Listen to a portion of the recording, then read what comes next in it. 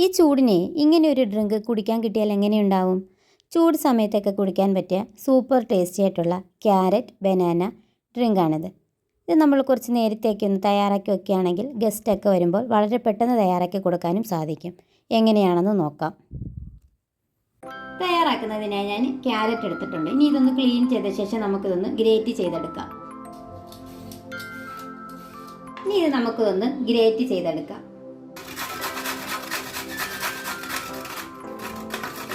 ഇതുപോലെ 1 cup carrot ആണ് great ചെയ്തത് എടുത്തിരിക്കുന്നത്.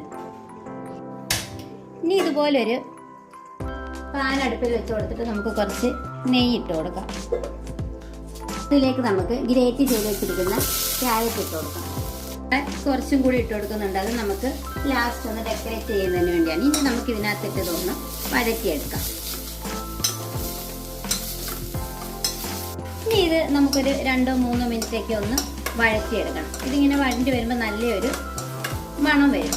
അതുവരെ നമുക്കിതൊന്ന് വഴറ്റി കൊടുക്കാം. നന്നായിട്ടൊന്ന് വഴറ്റി ഇട്ടിട്ടുണ്ട്. ഇനി നമുക്കിതിലേക്ക് പാലൊഴിച്ചു കൊടുക്കാം. 1/2 ലിറ്റർ പാലാണ് ഒഴിച്ചു കൊടുക്കുന്നത്.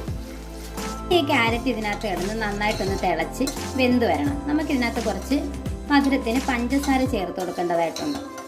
6 ടേബിൾ സ്പൂൺ പഞ്ചസാര ചേർത്ത് കൊടുക്കാം. നന്നായിട്ടൊന്ന് മിക്സ് ചെയ്ത് കൊടുക്കുക. പഞ്ചസാര ഒന്ന് മെൽറ്റ് ആവുന്നതിന് വേണ്ടിയാണ്.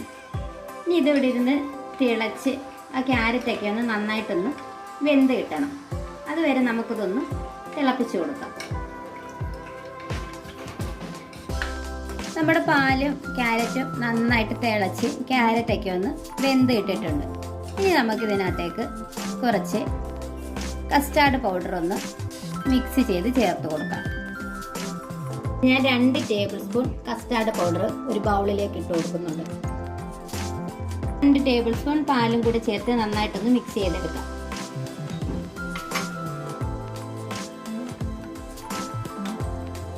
ഇനി നമുക്കിതിൻ്റെ തീ ഒന്ന് കുറച്ച് വെച്ച് കൊടുത്ത ശേഷം ഈ കസ്റ്റാർഡ് മിക്സ് ഈ പാലിലേക്ക് ഒഴിച്ചു കൊടുത്ത് അന്നേരം തന്നെ ഇങ്ങനെ ഇളക്കി കൊടുക്കണം. അല്ലെങ്കിൽ കട്ട പിടിക്കാനുള്ള സാധ്യത കൂടുതലാണ്. ഇങ്ങനെ മിക്സ് ചെയ്ത് കൊടുക്കാം.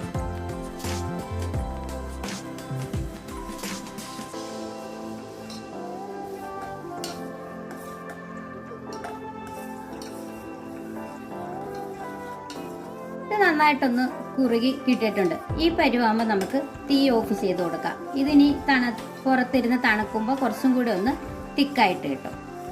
ഇനി നമുക്കിത് മറ്റൊരു പാത്രത്തിലേക്ക് മാറ്റി കൊടുത്ത ശേഷം തണുക്കാനായിട്ടൊന്ന് വെക്കാം. ഇത് റൂം ടെമ്പറേച്ചറിൽ ഇരുന്ന് നന്നായിട്ടൊന്ന് തണുത്ത ശേഷം ഫ്രിഡ്ജിൽ വെച്ചിട്ടൊന്ന് തണുപ്പിച്ചെടുക്കണം. പെട്ടെന്നൊക്കെ തണുത്ത് കിട്ടണമെന്നുണ്ടെങ്കിൽ 1/2 മണിക്കൂർ ഫ്രീസറിലേക്കൊന്ന് വെച്ച് കൊടുത്താൽ മതി. ബൗളിലേക്ക് കുറച്ച് ചിയാ സീഡ് ഒന്ന് കുതിർക്കാനായിട്ട് വെക്കാം. അതിലേക്ക് കുറച്ച് വെള്ളം ഒഴിച്ചു കൊടുക്കാം. കശകശ ഉണ്ടെങ്കിൽ അതെടുത്താലും മതിയാകും. നമ്മുടെ ഡ്രിങ്ക് ഇവിടെ നന്നായിട്ട് തണുത്ത് സെറ്റായിട്ട് കിട്ടിയിട്ടുണ്ട്. ഇനി ഇതിലേക്ക് നമുക്ക് കുറച്ച് ഫ്രൂട്ട്സ് ഒക്കെ വേണമെങ്കിൽ ആഡ് ചെയ്ത് കൊടുക്കാം. ഇവിടെ പഴം ചെറുതായിട്ട് കട്ട് ചെയ്തിട്ട് ചേർത്ത് കൊടുക്കുന്നുണ്ട്.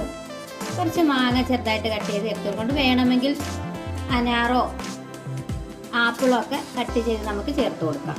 ഇനി നമുക്ക് നന്നായിട്ടൊന്ന് മിക്സ് ചെയ്ത് കൊടുത്ത ശേഷം കുതിർക്കാനായിട്ട് മാറ്റി വെച്ചിരിക്കുന്ന ചിയാ സീഡും കൂടെ ഇതിലേക്ക് ഇട്ട് കൊടുക്കാം. അതും കൂടെ നന്നായിട്ടൊന്ന് മിക്സ് ചെയ്തെടുക്കാം. നമ്മുടെ ക്യാരറ്റ് ബനാന ഡ്രിങ്ക് ഇവിടെ തയ്യാറായി. നല്ല സൂപ്പർ ടേസ്റ്റി ആയിട്ടുള്ള ഒരു ഡ്രിങ്കാണിത്. ഇതിന് നമുക്ക് ഗ്ലാസ്സിലേക്ക് ഒഴിച്ചു കൊടുക്കാം.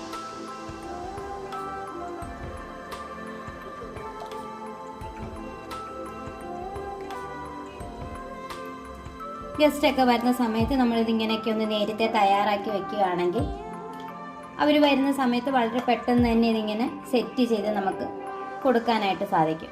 ഈ ചൂട് സമയത്തൊക്കെ കുടിക്കാൻ പറ്റിയ നല്ലൊരു ഡ്രിങ്കാണിത്. എല്ലാവരും ട്രൈ ചെയ്ത് നോക്കിയിട്ട് ഫീഡ്ബാക്ക് അറിയിക്കുകയും എൻ്റെ വീഡിയോസ് ഇഷ്ടപ്പെടുന്നുണ്ടെങ്കിൽ ഒന്ന് ലൈക്ക് ചെയ്യുകയും സബ്സ്ക്രൈബ് ചെയ്ത് സപ്പോർട്ടും ചെയ്യണേ. ഇനി ഒരു ഈസി റെസിപ്പി ആയിട്ട് കാണുന്നത് വരെ താങ്ക്സ് ഫോർ വാച്ചിങ്.